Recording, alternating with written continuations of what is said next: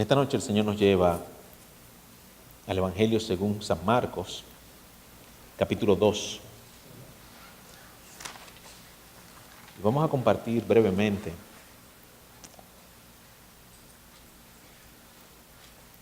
una historia muy conocida por nosotros. La hemos leído bastantes veces, la hemos compartido, la hemos estudiado. Pero para mí fue sorprendente cuando el Espíritu trajo que estudiara esto. Y siempre lo había visto desde la perspectiva del paralítico, desde la perspectiva de que nosotros a veces somos paralíticos, pero también estamos llamados a ser los amigos del paralítico.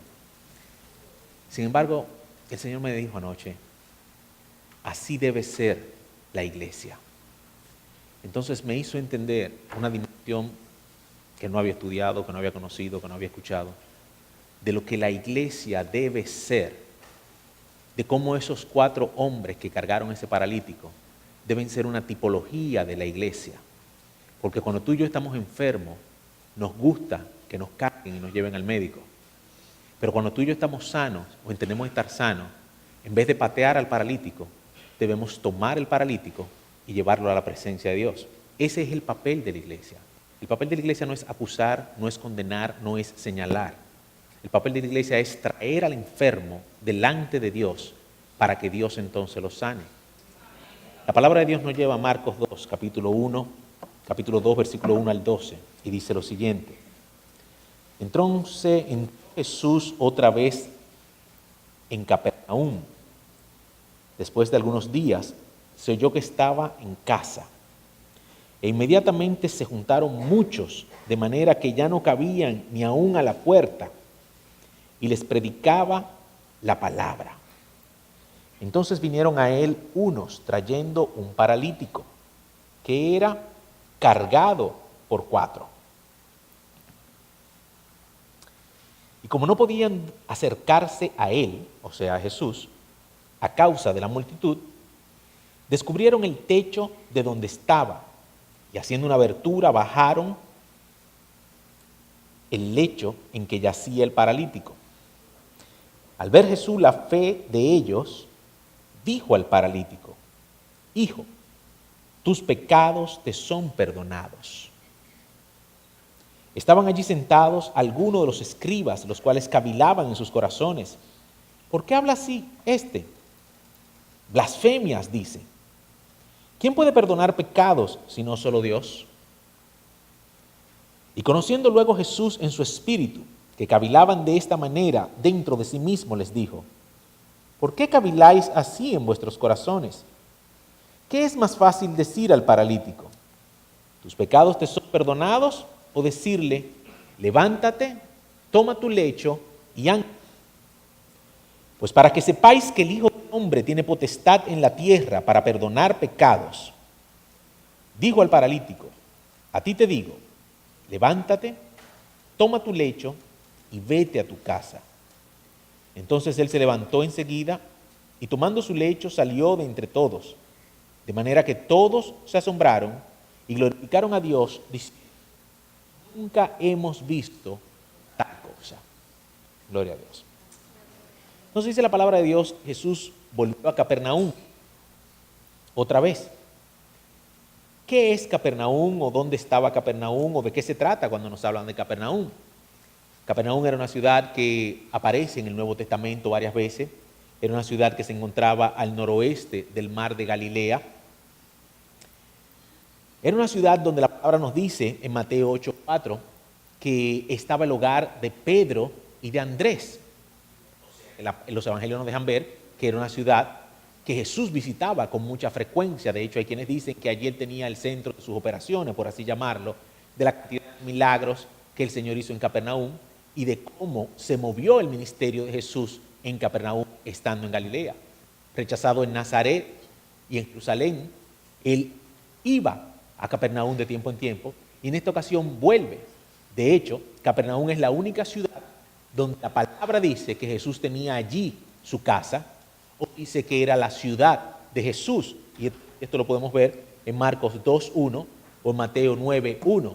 Dice la palabra, allí estaba su casa. Entonces quiere decir que Jesús había vuelto a un lugar específico, a un lugar de confianza, a un lugar donde él sabía que la presencia de Dios seguía con él, estaba con él y donde él tenía y había apartado. O sea, estamos hablando no de que fue que a mí me gustó Jarabacoa y yo decidí ir a Jarabacoa. Estamos hablando de que el Dios eterno decidió ir a esa ciudad, estar en esa ciudad, vivir en esa ciudad y ministrar en esa ciudad. De la importancia que él estuviera ahí precisamente en Capernaum y de que fuera en esta ciudad y no en ninguna de las otras de Galilea que esto sucediera. Un lugar amado por Jesús, y en ese lugar amado por Jesús entonces tenemos esta experiencia que vamos a compartir y estudiar esta noche. Entonces, ¿qué sucede? ¿Qué dice la palabra de Dios en el texto paralelo, en el Evangelio de Lucas? Nosotros vemos que en el versículo 2 del mismo Marcos 2 dice, e inmediatamente se juntaron muchos, de manera que ya no cabían ni aún a la puerta y les predicaba la palabra. Pero si vemos la misma porción en el capítulo 5, versículo 17, capítulo 5 de Lucas, versículo 17 dice, aconteció un día que él estaba enseñando y estaban sentados los fariseos y doctores de la ley, los cuales habían venido de todas las aldeas de Galilea y de Judea y Jerusalén. O sea, que lo que estaba sucediendo allí no era una pequeña célula. Jesús llegó y se sentó, y dice la palabra que empezó a regarse una vez más su fama, y un gran grupo de los escribas y de los fariseos, conocedores de la ley, y que entendían que tenían el favor de Dios, de todas partes de las ciudades de Galilea, de Judea y de Jerusalén, llegaron y se acercaron a Jesús. Pero nosotros vamos a ver una diferencia marcada entre este grupo de conocedores de Dios, de aparente conocedores de Dios, pero de conocedores de la ley de Dios, que fueron y se acercaron fervorosamente a la presencia de Dios, llenaron la casa y no querían dejar entrar a los demás. Y otro grupo, solo de 4, que verdaderamente buscaba la presencia de Dios. Entonces nosotros tenemos que saber cómo nosotros buscamos la presencia de Jesús y qué es lo que verdaderamente buscamos cuando nos acercamos a Jesús. Nos acercamos a Jesús solamente para adquirir conocimiento o beneficio personal. Nos acercamos a Jesús sencillamente para ver que Dios se equivoca. Nos acercamos a Jesús para señalar al otro. ¿A qué nos acercamos a Jesús? Somos del grupo de los escribas y los fariseos y los maestros de la ley que nos acercamos a Jesús con intenciones propias del corazón. ¿O somos del grupo de los 4 que se acercaron a Jesús para llevar al enfermo a que fuera sanado? Entonces, ¿qué cargaron esta persona? Dice que un paralítico, y el diccionario dice que un paralítico es algo que sabemos, un enfermo de parálisis. La parálisis puede ser parcial o total, de un miembro o de todos los miembros o de varios miembros del cuerpo. La palabra no dice qué tipo de parálisis tenía el paralítico, pero la parálisis dice que él estaba en su lecho. Y si estaba en su lecho y hubo que cargarlo entre 4, podemos decir que sencillamente podía ser una parálisis muy fuerte, de tal manera que no podía caminar ni valerse por sí mismo. ¿Okay? Entonces, muchos se juntaron allí. Y dice el versículo 3, vinieron a él unos trayendo un paralítico que era cargado por 4. Y estos 4. Pero en Lucas 18, versículo 18, de la porción de Lucas, dice, y sucedió que unos hombres, estamos viendo paralelamente Marcos 2 y Lucas 5, ¿ok? Porque hay información y elementos que aparecen en Lucas que no están en Marcos, y hay elementos que están en Marcos que no están en Lucas. Versículo 18 de Lucas dice, y sucedió que unos hombres que traían en un lecho a un hombre que estaba paralítico, procuraban llevarle adentro y ponerle delante de él. Entonces vamos a ver. Vinieron a él. El texto enseña que nosotros tenemos que venir a Dios. Frente a toda discapacidad, frente a todo problema, frente a toda condición de enfermedad, nosotros tenemos que venir a Cristo. Usted y yo tenemos que llevar el otro a Cristo. Usted y yo tenemos que ir a Cristo y procurar llevarlo a Cristo. Entonces dice, cargando estos 4 al paralítico. Y nosotros tenemos que ir a Cristo llevando la carga del otro. La iglesia tiene que llevar la carga de aquel que no sabe ni puede moverse. La iglesia la carga de aquel que no tiene la capacidad de llegar a Cristo, ya sea por su pecado o ya sea por su enfermedad. El papel de la iglesia es tomar a ese, su carga, su enfermedad, su dolor y su pecado y llevarlo a Cristo, como hicieron estos hombres. Y en tercer lugar, a ese que estaba paralítico. Pero sucede que nosotros nos cansamos de los paralíticos, siempre y cuando no seamos nosotros. Porque cuando somos nosotros los paralíticos, queremos que nadie se canse de nosotros. Queremos que nos aguanten, que nos toleren, que sean pacientes y que esperen. Pero si el paralítico es el otro, nos cansamos de orar por el otro. Nos cansamos de aconsejar al otro, nos cansamos de exhortar al otro. Nos cansamos de llevar el otro a Cristo una y otra vez. Y ya está bueno, ¿cuántas veces? ¿Cuántas veces son? Y se nos olvida la porción de perdonar 70 veces 7, cuando somos nosotros los que tenemos que perdonar.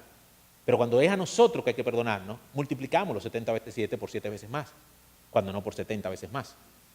Entonces, el mismo versículo 18 dice, traían a un hombre en su lecho. Y da dos elementos impresionantes. Dice, procuraban llevarlo adentro.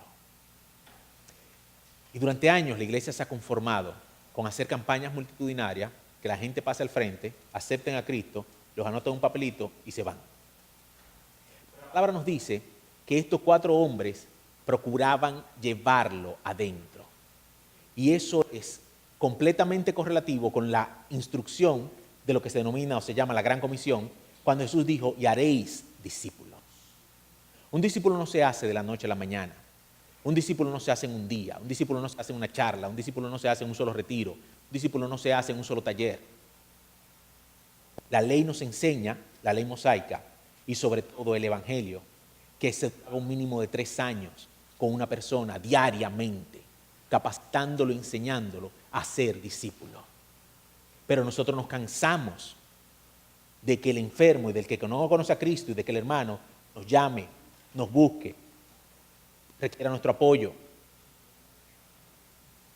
y no lo llevamos adentro. Muchas veces, el hermano necesita hablar con nosotros, necesita un consejo y no lo encuentra. O lo encuentra rápido, o lo encuentra breve, porque no lo llevamos adentro. ¿Y qué acontece también? Que muchas veces le decimos al hermano, yo oro por ti, y se nos olvida. Entonces nosotros tenemos como iglesia que hacer un propósito de si usted no va a orar por una gente, no se lo diga. Y si usted se lo dice, ore. Y si no ora, pídele perdón a Dios porque no oró por esa persona, entonces ore. Siempre recuerdo a César Estrella que tenía una libretita cuando no había teléfonos inteligentes, ni iPad, ni nada de eso. Una libretita aplastadita y cuando la abría salían muchas paginitas. Y él anotaba los nombres y las razones por las que orar por cada persona. Y como se le olvidaban las razones y los nombres, los tenía ahí y los sacaba en su oración constantemente y oraba. Y el papel estaba manoseado de todas las veces que él oraba por esa persona y por esos nombres. Entonces nosotros como iglesia tenemos que disciplinarnos a verdaderamente aprender a llevar adentro a los paralíticos y a los enfermos, a los del mundo y a los nuestros. Entonces dice, y procuraban ponerlo delante de él. Y es que el segundo elemento, después de llevarlo adentro, pero ¿qué significa ponerlo delante de Cristo? Y ahí es donde nosotros vemos las cosas de manera preciosa, cómo Dios se maneja y lo que Dios quiere hacer. Uno, para los amigos, ponerlo delante de él significaba ponerlo delante de aquel que podía sanarlo, quitarle el peso de su enfermedad. Sin embargo, cuando estos 4 toman al paralítico y lo llevan delante de Jesús, lo que Jesús le dice es, mirad, con voz de exclamación, dice el texto griego, mirad, tus pecados son perdonados. O sea, yo me imagino, yo hubiera estado ya como uno de esos 4, yo hubiera sido el paralítico, me hubiera quedado mirándolo. ¿Y de qué tú me estás hablando? Porque ellos fueron con una necesidad fisiológica. Ellos fueron a ser sanados físicamente. Pero antes de ser sanados físicamente, Jesús se revela como aquel que tiene el poder y la autoridad para perdonar los pecados. Ahí nos revela uno de los grandes misterios de la sanidad interior y de la sanidad física. Y es que muchas veces, muchas de nuestras enfermedades y de nuestras parálisis física, espiritual y emocionales son consecuencias del pecado. Y que antes de Dios sanarnos, tiene que venir el proceso de arrepentimiento y perdón de esos pecados. Porque es entonces después de que Él se nos ha revelado como el Redentor, es decir, aquel que perdona nuestro pecado, que se nos revela como el sanador. Entonces Él le dice, mira, tus pecados te han sido perdonados y allí sucede algo. Se arma un caos. Pero me llama la atención que ni los amigos del paralítico, ni el paralítico, le dijeron nada a Jesús. Ni Jesús le preguntó nada a ellos directamente. En muchas de las enfermedades y de los milagros de Jesús, Jesús tiene un diálogo con los enfermos. O le dicen, mira, yo quiero que tú me hagas tal cosa. O Jesús le dice, ¿qué tú quieres que haga por ti? Pero aquí sencillamente le presentaron al enfermo y Jesús le dice, tus pecados te son perdonados. Y eso, iglesia, es fundamental y tiene que ser fundamental para nosotros. Para nosotros como iglesia, como cuerpo de Cristo, tenemos que entender que nuestra sanidad comienza con el proceso de arrepentimiento delante de aquel que es el único que tiene el poder para perdonar nuestros pecados. Y segundo, nos tienes que hacer entender que tenemos que traer al mundo al conocimiento del arrepentimiento y el perdón de sus pecados. Traer delante de Cristo no es para que le solucione el problema a mi hermana que está a punto de divorciarse. Esa puede ser la situación que Dios esté utilizando para que ella reconozca que es pecadora y necesita salvación de su alma, porque Dios pudiera solucionarle su matrimonio y ella condenarla en el infierno. Entonces nosotros tenemos que entender que nosotros no podemos traer el mundo a Cristo y a la iglesia para que se solucionen los problemas de la gente. Nosotros tenemos que traer al mundo, o sea, no al mundo, sino a los ciudadanos del mundo, a la iglesia, para que sean salvos. Y nosotros tenemos que entender como iglesia la necesidad de salvación de los que no conocen a Cristo y la necesidad de redención y transformación de los que estamos adentro de la iglesia. Entonces, allí cuando Él dice, tus pecados son perdonados, empieza un proceso que muchas veces sucede en la iglesia. ¿Cuál es ese proceso? El proceso del juicio. Los que creían que conocían a Dios arrancaron a pensar y a cavilar en sus corazones. ¿Hoy quién es este? ¿Y cómo es posible? ¿Y cómo? Pero ven acá, pero yo lo conozco, yo sé lo que es y lo que ha hecho. ¿Pero cómo? Pero ven acá. Y la respuesta de Jesús es, para que ustedes sepan que el Hijo del Hombre tiene para perdonar. Entonces nos revela que el juicio es consecuencia de no haber perdonado. Usted juzga cuando usted se siente superior, usted juzga cuando usted no ha perdonado y usted juzga cuando su corazón algo en contra de ese a quien usted está juzgando. ¿Ok? Entonces, el Señor nos revela que no solamente tiene poder para perdonar, sino que también tiene el poder para sanar. Y le está diciendo a esos, así como voy a sanar a este paralítico, puedo sanarte a ti. Entonces dice, toma tu camilla, levántate y anda. Pero ¿qué sucede? ¿Acaso el paralítico tomó su camilla y se fue el resto de su vida con su camilla a cuesta? Ahora no lo dice. Pero particularmente yo no creo que el paralítico pasó el resto de su vida con su camilla a cuesta. Yo creo que ahí dice que él se fue para su casa y lo más probable, cuando llegó a su casa, dejó su camilla, si no la botó, a mitad del camino. Porque ya había sido un hombre perdonado y sanado por Dios. Entonces, aquellos que buscaron a Dios para la sanidad y el perdón del paralítico, sencillamente dice la palabra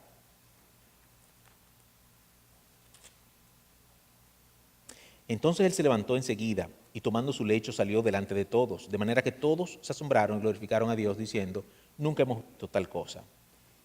Y ciertamente se referían tanto a la sanidad física y al levantamiento del paralítico, como a la declaración de la autoridad de Cristo para el perdón de los pecados. Pero glorificaron a Dios. Y eso es lo que la iglesia debe hacer cuando logra traer al necesitado delante de Cristo para que Cristo en su gracia perdone, sane y levante.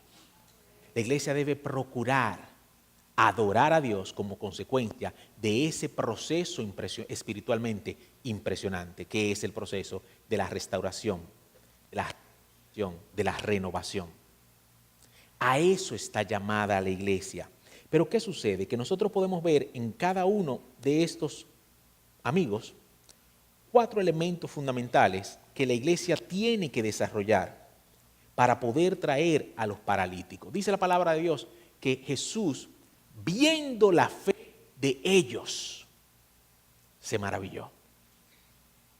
Viendo la fe de ellos, se maravilló. El primer elemento que la iglesia tiene que tener es fe. En que aquel delante del cual vamos a llevar a nuestro paralítico, o nosotros como paralíticos vamos a ser llevados, tiene el poder para perdonar y para sanar.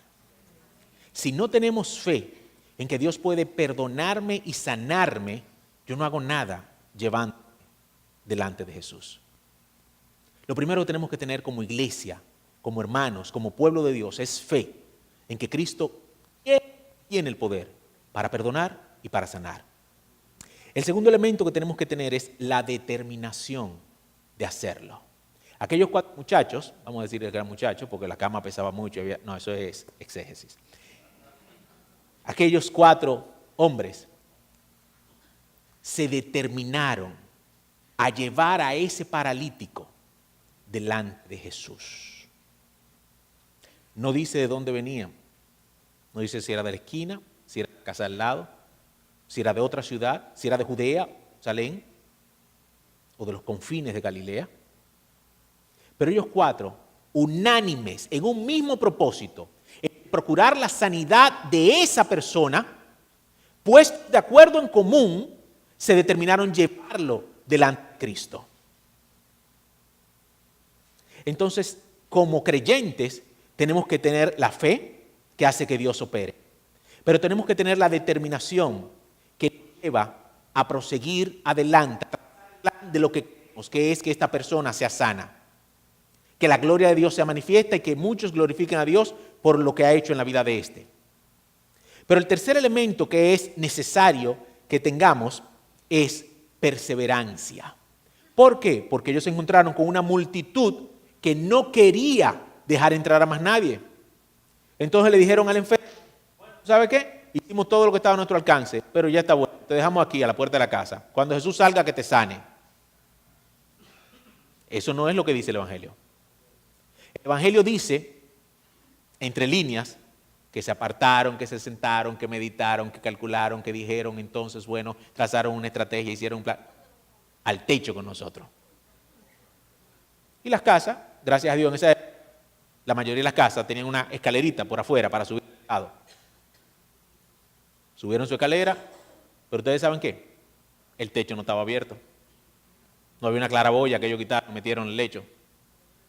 Ellos rompieron el techo para entonces bajar al enfermo. Es decir, que no solamente tenían fe, sino que tenían determinación y aparte de eso perseverancia. Y si bajaron al enfermo de manera vertical, hicieron un hoyito. Pero si lo bajaban de manera vertical, podían suceder 2 cosas. O había que amarrarlo muy bien o el enfermo se iba a caer. Eso quiere decir que cabe la posibilidad de que ellos hayan abierto un hoyo tamaño familiar para que bajara recto, horizontal, con todo y su lecho. O sea que ellos tuvieron la determinación y la perseverancia de hacer lo que fuera necesario y acomodar las circunstancias para que este enfermo pudiera estar en la presencia de Dios. Fe, determinación, perseverancia. Pero ¿cuál dice el apóstol Pablo es la más importante? El amor. ¿Me lo dio otra vez? El amor. ¿Y usted sabe cuál fue la queja de nuestro Señor aún en las 7 iglesias del Apocalipsis? ¿Cómo fue, mi hermano? Has perdido tu primer amor. Entonces nosotros podemos tener fe, podemos tener determinación, podemos ser perseverantes, pero si no tengo amor, nada me sirve. Nada valgo y nada soy, dice la palabra de Dios. Entonces, ellos indefectiblemente amaban a este hombre. Indefectiblemente amaban a este paralítico. Amaban a este enfermo. Al punto tal de vencer todos los obstáculos para que ese paralítico, amigo, vecino, primo, cuñado, recibiera su sanidad. ¿Amamos nosotros de esa manera al hermano? No me responda. ¿Amamos nosotros de esa manera al inconverso? No me responda. ¿Amamos nosotros de esa manera? Entonces nosotros tenemos que revisarnos, revisar cómo está nuestra fe, revisar cómo está nuestra determinación de seguir adelante, creyendo en aquel que es poderoso para preservarnos y guardarnos, revisar cómo está nuestra perseverancia y por encima de todo, cómo está nuestro amor. Miren, yo lo he dicho otras veces, muchas veces, mi única oración en momentos difíciles de mi vida, en momentos buenos de mi vida, es enséñame a amar. Porque yo he reconocido delante de Dios que no sé amar, pero también he reconocido que Él es mi sustentador y mi proveedor y que lo que a mí me falta, Él lo puede suplir. Entonces, si usted no tiene perseverancia, vaya a Cristo para que le dé perseverancia. Si usted no tiene fe, vaya a Cristo para que aumente su fe. Si usted no tiene amor, vaya a Cristo para que aumente su amor. Porque Él es el único que puede darnos lo que nos falta. Él es el único que puede sanar nuestro amor. Él es el único que puede capacitarnos para amar. Él es el único que puede verdaderamente hacernos amar. Y si nuestro amor se dañó, si nuestro amor se enfermó, si nuestro amor se agotó, Él dice, vengan a mí los que estén cansados y agobiados, sedientos, que yo los haré descansar. Él es el restaurador de sueños rotos. Él es el divino alfarero que restaura una y otra vez las vasijas. Entonces nosotros tenemos que abocarnos a Él para que Él restaure en nosotros la fe, la determinación, la perseverancia y sobre todo el amor. Porque este amor, el que le va a dar testimonio al mundo de que Cristo es el enviado de Dios para la redención de la humanidad. Dice la palabra que Él dijo, míralos cómo se aman. Que dirán, míralos cómo se aman. Y es este amor lo que va a testificar de Dios. Usted puede no decir una sola palabra, pero aún en el más profundo silencio, el amor de Dios en su corazón se expresa. Entonces, como iglesia, nosotros tenemos hoy que cuestionarnos. Como hermanos, nosotros tenemos hoy que cuestionarnos. Cuando yo veo al paralítico, lo pateo, lo escupo, lo ignoro, o lo cargo y lo llevo adentro delante de Él. ¿Cuál es mi actitud con el enfermo? ¿Cuál es mi motivación con el enfermo? ¿Cuál es mi procesamiento con la enfermedad del otro? ¿Soy como los doctores de la ley, los escribas o los fariseos? ¿O soy como estos 4 que con determinación, fe, perseverancia y amor rompieron las circunstancias para que este amigo fuera restaurado y fuera sanado? Y como Dios siempre nos da mucho más allá, mucho más abundantemente lo que pedimos y aún anhelamos, el Señor no solamente lo sanó físicamente, sino que le perdonó sus pecados. Pero algo más profundo, mucho más profundo, es lo siguiente. Jesús le dice lo siguiente.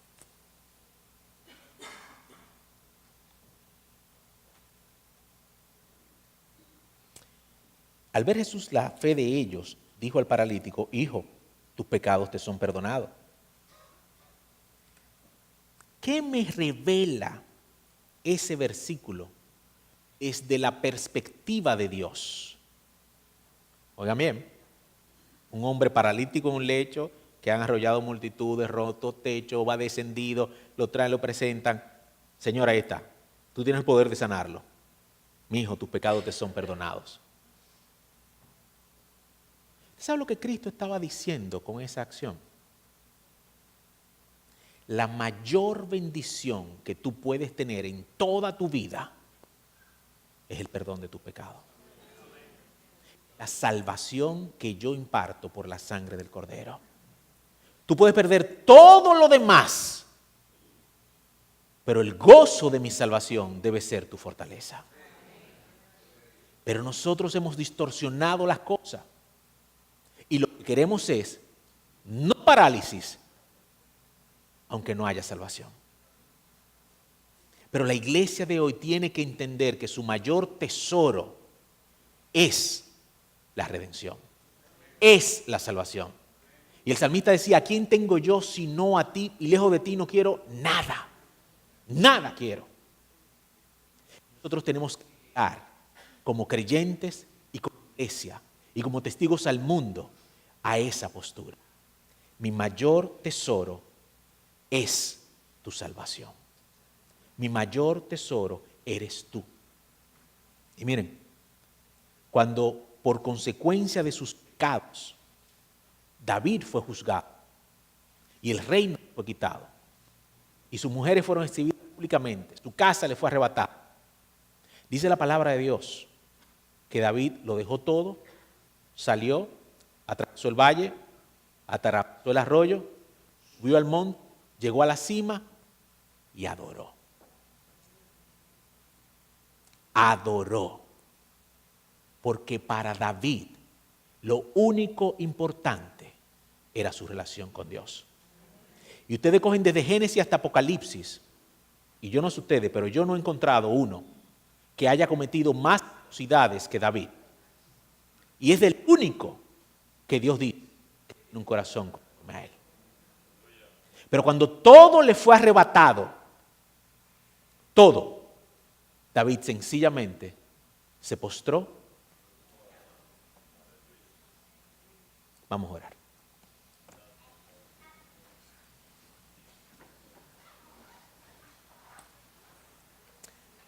Señor, tú eres nuestro Dios. Tú eres nuestra gloria y el que levanta nuestra cabeza. Tú eres nuestro mayor tesoro, Señor. Y nosotros somos tu iglesia, lavada, comprada, adquirida a precio de sangre. Y dice tu palabra que nos trasladaste de tinieblas a luz admirable.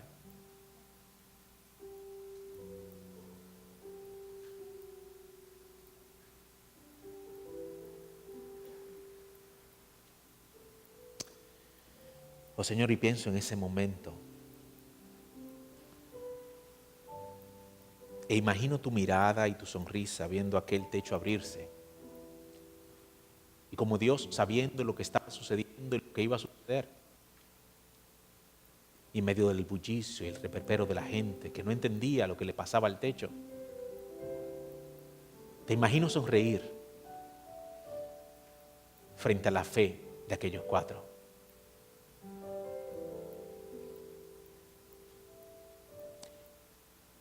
Y pienso, Señor, en que el paralítico podía hablar.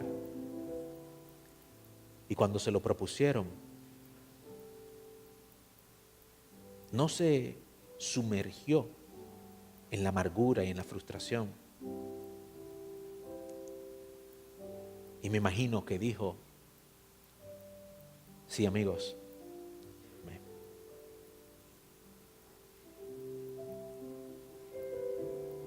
Y cuando en el camino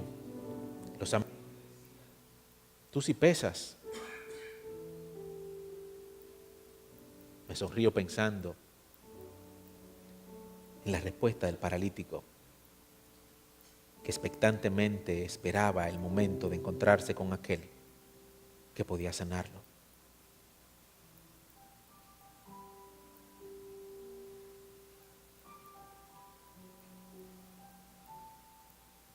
Señor, el apóstol Pablo dijo un día, un versículo que he hecho mío tantas veces y de manera tan profunda.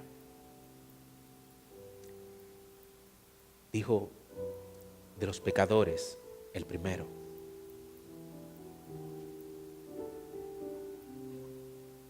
Pero también dijo, si de algo me glorío, de la cruz de Cristo me glorío. Gracias porque nuestra gloria está en ti.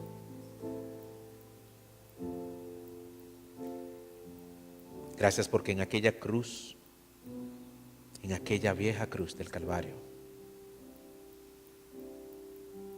moriste por cada uno de nosotros. Moriste por nuestros pecados pasados, presentes y futuros.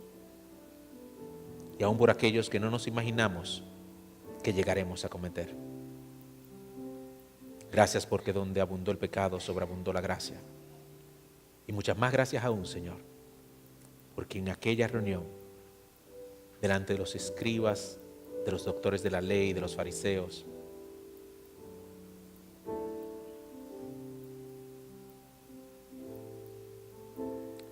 le dijiste a aquel hombre,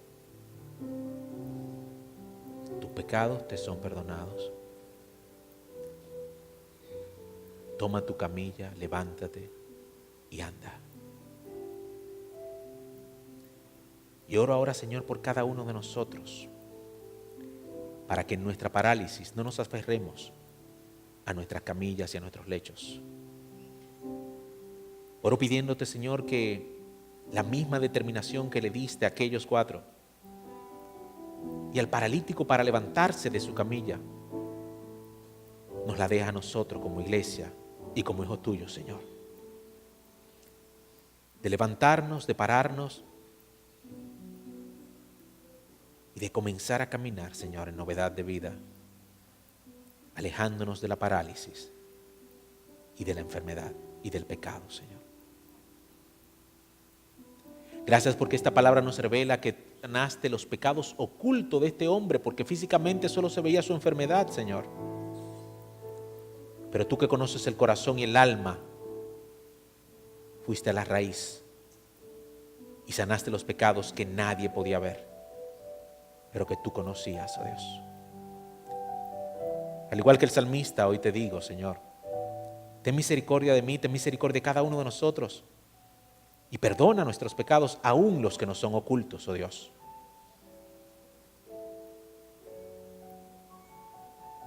Enséñanos a amar, Señor. Que no nos encontremos un día escuchándote decir, una cosa tengo contra ti, y es que has perdido tu primer amor. Perdónanos por no saber amar. Perdónanos por no haber sabido perseverar. Perdónanos por no haber sido determinados. Y perdónanos porque nos ha faltado la fe para trastornar al mundo. Perdónanos porque no te hemos creído, Señor. Y nos ha faltado la fe para trastornar al mundo.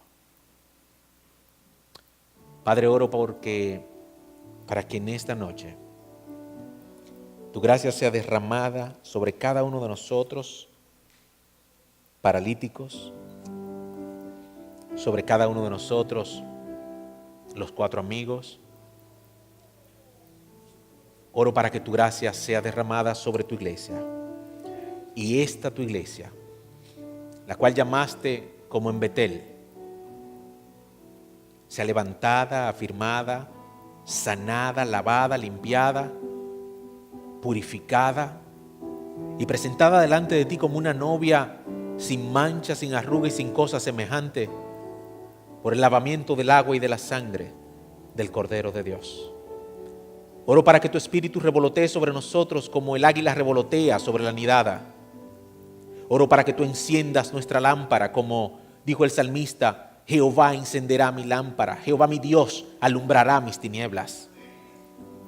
Oro, oh Dios, para que tú adiestres nuestras manos en la batalla y nos hagas reconocer que las armas de nuestra milicia no son carnales, sino poderosas en Dios para la destrucción de fortalezas. Y nos hagas derribar todo argumento y toda altivez que se levanta en contra del conocimiento de Dios. Y nos enseñes a traer cautivo todo pensamiento, toda emoción, todo argumento, todo sentimiento contrario a la obediencia a Cristo. Y en el nombre de Jesús oro, Dios, para que tú te levantes y sean esparcidos tus enemigos y los que aborrecen tu presencia. Oro para que tú te levantes, oh Dios, y traigas un pueblo sediento, hambriento, herido, despauperado, a beber de ti, a comer de ti, a ser saciado por ti y a regocijarse en la plenitud y en las delicias que hay a tu diestra. Oro, Señor, porque tú eres nuestro Dios y nosotros somos tu pueblo. A ti sea la gloria, el poder, la honra y la alabanza por siempre y para siempre, por la convicción que me has dado conforme a tu palabra de que escuchas nuestro clamor y nuestras peticiones, no por nuestros méritos, sino por la sangre del Cordero y por los méritos de Cristo Jesús, nuestro Señor. Muchas gracias, Señor. Que tu palabra corra, fluya y sea prosperada y cumpla esta noche el propósito para el cual ha sido declarada. Que tu iglesia sea sanada, que tu iglesia sea vivificada, que tu iglesia sea afirmada y renovada, y con las mentes transformadas podamos enseñarle a una nación que solo en ti hay vida y vida en abundancia. Enseñarle a una nación que tu amor cubre multitud de faltas y que tú eres la provisión de Dios. Gracias, Señor.